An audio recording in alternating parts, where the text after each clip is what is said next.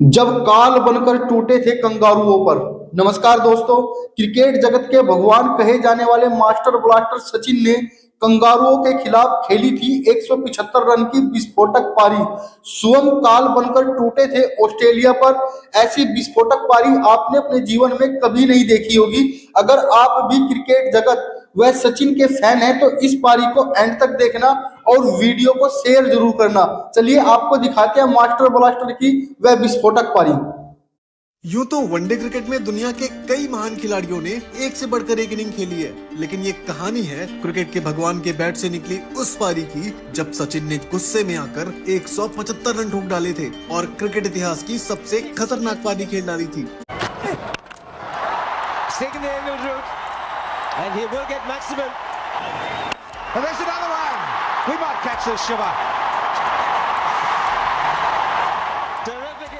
इस मैच में कंगारू गेंदबाजों ने सचिन को रोकने के लिए एड़ी चोटी का जोर लगा दिया था, लेकिन बावजूद इसके वो सचिन के कोहराम को रोक न सके और सचिन के बल्ले ने मैदान पर ऐसा कहर बरपाया जिसे याद कर आज भी कंगारुओं का दिल दहल उठता है। मौका था भारत बनाम ऑस्ट्रेलिया के बीच खेली जा रही ओडीआई सीरीज का, जहां 2009 में ऑस्ट्रेलिया 7 मैचों की वनडे सीरीज के लिए भारत का दौरा कर रही थी। सीरीज 2-2 की बराबरी के साथ ही रोमांच की चरम सीमा तक पहुंच चुकी थी और सीरीज का अगला मैच बहुत ही ज्यादा इम्पोर्टेंट होने वाला था। ये वो दौर था जब भारत और ऑस्ट्रेलिया दोनों ही दुनिया की सबसे खतरनाक टीमें मानी जाती थी और इस दौरान सचिन दुनिया के जिस भी ग्राउंड पर खेलने चाहते थे पूरा ग्राउंड सचिन के नाम से गूंज उठता था।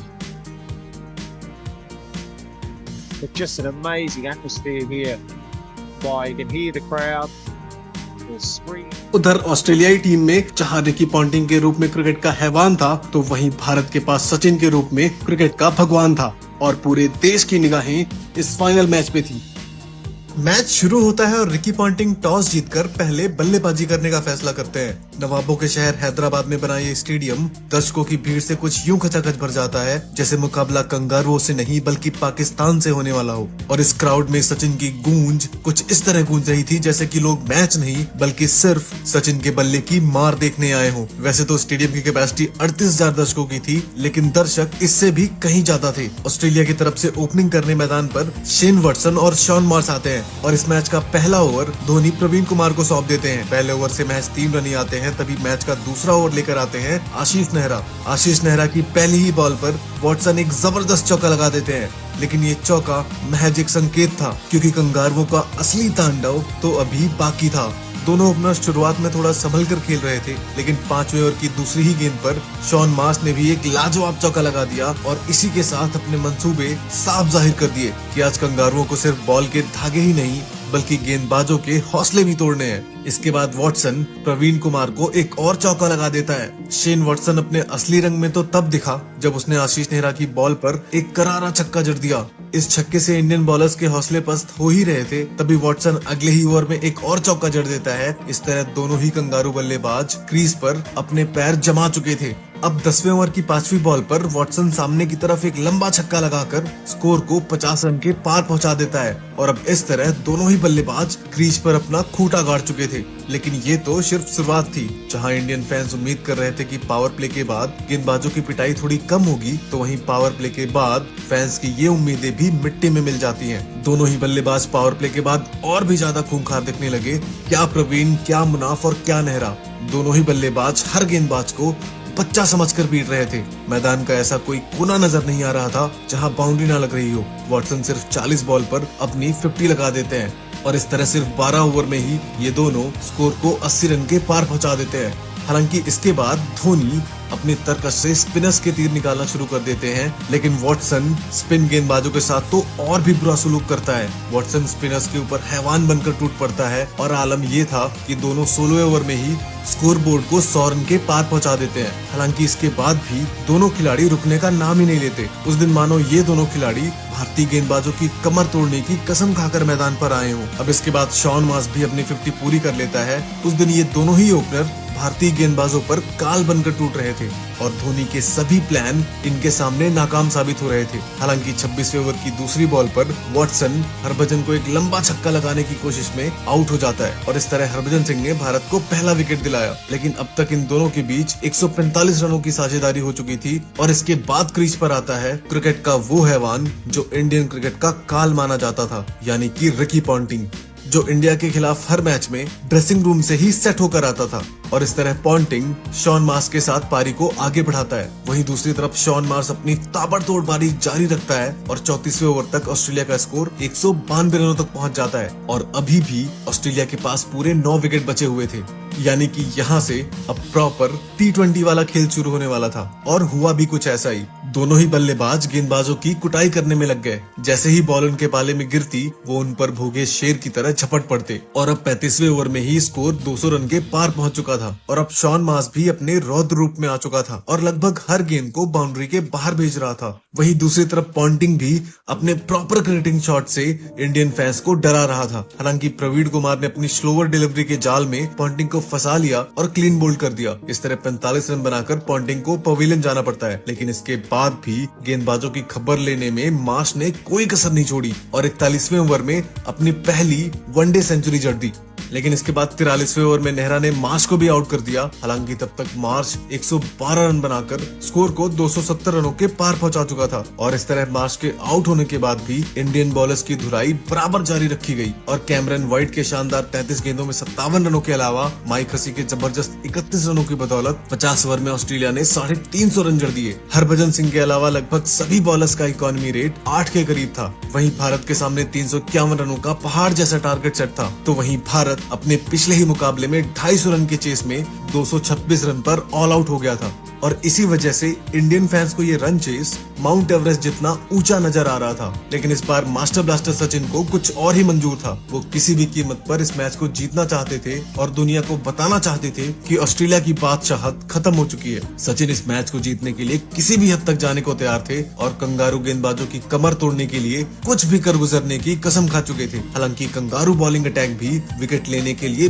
भूखा बैठा हुआ था। वहीं स्टेडियम में बैठा क्राउड इस बात से अनजान था कि आज इस मैदान में एक इतिहास बनने वाला है। इसी बीच दूसरी पारी की शुरुआत होती है और सचिन के साथ सहवाग तूफानी शुरुआत देने के इरादे से मैदान पर आते हैं। सहवाग ओवर की पहली गेंद पर जोरदार शॉट के साथ अपने मंसूबे साफ जाहिर कर देते हैं। हालांकि पहले ओवर से सिर्फ 3 रन ही आते हैं, लेकिन दूसरे ओवर की पहली बॉल पर सहवाग जोरदार कवर ड्राइव लगा देते हैं और इस तरह सहवाग के बल्ले से पारी की पहली बाउंड्री निकलती है। इसके बाद सहवाग रुकने का नाम नहीं लेते और वो 150 की स्पीड से आ रही गेंदों को 200 की स्पीड से बाहर भेज रहे थे। वहीं दूसरी तरफ खड़े सचिन भी अब अपने बल्ले का जादू बिखेरने लगते हैं और कंगारू गेंदबाजी को धोना स्टार्ट कर देते हैं। उस दौर में सचिन और सहवाग की जोड़ी दुनिया की सबसे खतरनाक जोड़ियों में से एक थी। जहां सहवाग क्रीज पर आते ही धावा बोलते थे, तो वहीं सचिन अपनी क्लासिक और टेक्निकल बैटिंग से टीम को सधी हुई शुरुआत देते थे। लेकिन आज सचिन अलग ही मूड में लग रहे थे और आते ही जोरदार चौके लगाने लगते हैं। भारत शुरुआत के 6 ओवर में 34 रन बना लेता है। तभी 7वें ओवर की पहली ही गेंद पर सचिन अपना ट्रेडमार्क शॉट लगा देते हैं, जिसे देखकर पॉन्टिंग भी सहम जाता है, क्योंकि सचिन की बॉडी लैंग्वेज आज बता रही थी कि आज वो कुछ अलग ही इरादे के साथ मैदान पर आए हैं। लेकिन कंगारुओं की सांसें तो तब रुक गई जब उन्होंने महज 39 के स्कोर पर ही सहवाग का कैच ड्रॉप कर दिया। कैच ड्रॉप होने के बाद कंगारुओं का चेहरा साफ बता रहा था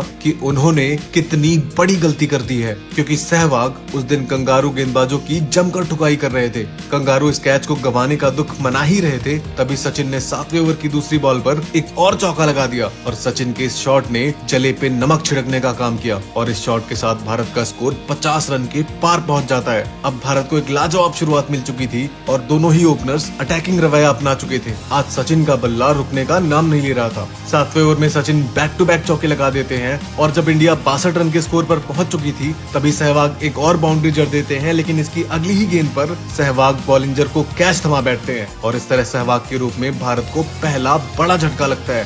सहवाग का विकेट लेने के बाद कंगारू खुशी के मारे पागल हो रहे थे, लेकिन वो शायद ये भूल चुके थे कि सचिन के रूप में उनका बाप अभी भी क्रीज पे खड़ा हुआ है। सहवाग 38 रन बनाकर टीम इंडिया को 66 रन तक पहुंचा चुके थे और इसके बाद सचिन का साथ देने के लिए आते हैं गौतम गंभीर। हालांकि सचिन अभी भी रुकने का नाम नहीं ले रहे थे और कंगारू गेंदबाजों पर शेर की तरह टूट रहे थे। सचिन के बल्ले से गेंद गोली की रफ्तार से बाउंड्री तक पहुंच रही थी, वहीं दूसरी तरफ अब गंभीर भी बॉल को बाउंड्री के बाहर भेजना शुरू कर चुके थे। लेकिन मैके की बॉल पर बाउंड्री के चक्कर में गंभीर भी कैच थमा बैठते हैं और इस तरह 92 के स्कोर पर भारत को दूसरा बड़ा झटका लगता है।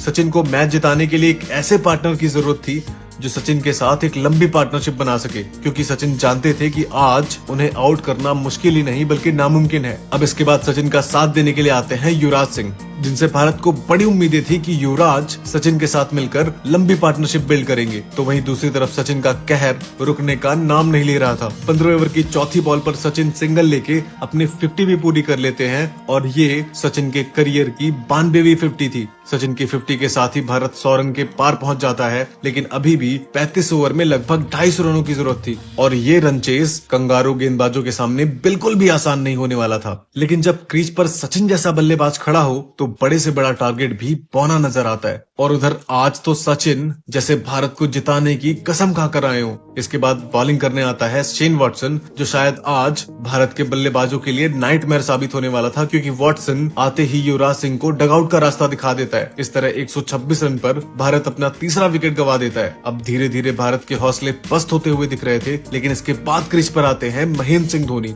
अब जहां एक तरफ दुनिया का नंबर 1 बल्लेबाज था, तो वहीं दूसरी तरफ क्रिकेट की दुनिया का नंबर 1 फिनिशर था। ऐसे में स्टेडियम में बैठे हजारों फैंस अभी भी अपनी उम्मीदों को बांधे हुए थे, लेकिन अब ऑस्ट्रेलिया समझ चुका था कि अगर यहाँ से सचिन का विकेट भी मिल जाए तो मैच उनकी मुट्ठी में आ जाएगा। लेकिन सचिन तो ठहरे सचिन, वो आज कंगारुओं की किसी भी चाल में नहीं फंसने वाले थे। सबको लग रहा था कि विकेट गिरने के बाद सचिन थोड़ा धीमा खेलेंगे, लेकिन 21वें ओवर की तीसरी ही गेंद पर सचिन ने गेंद को दूसरे स्टैंड में मार दिया, जिसे देखकर कंगारू गेंदबाज घबरा जाते हैं। 21वें ओवर तक भारत का स्कोर 135 रन तक पहुंच चुका था और सचिन का बल्ला आज आग उगल रहा था। सचिन अगले ही ओवर में सामने की तरफ एक हैरतअंगेज छक्का लगा देते हैं और इसी छक्के के साथ भारत अपने 150 रन भी पूरे कर लेता है। इंडिया 22वें ओवर में 150 रन बना चुकी थी और अब भारत को 28 ओवर में लगभग 200 रनों की जरूरत थी। लेकिन सचिन के गुस्से को देखकर लग रहा था कि सचिन आज इस मैच को अगले 20 ओवर में ही खत्म कर देंगे। इस छक्के के बाद अगली ही बॉल पर सचिन एक और लंबा छक्का लगा देते हैं और इसी के साथ भारतीय सरजमी पर सचिन अपने 6000 रन भी पूरे कर लेते हैं। सचिन का ये रौद्र रूप देखकर कंगारुओं को रोना आ रहा था। हालांकि 23वें ओवर की तीसरी बॉल पर MS धोनी कैच थमा बैठते हैं और 162 के स्कोर पर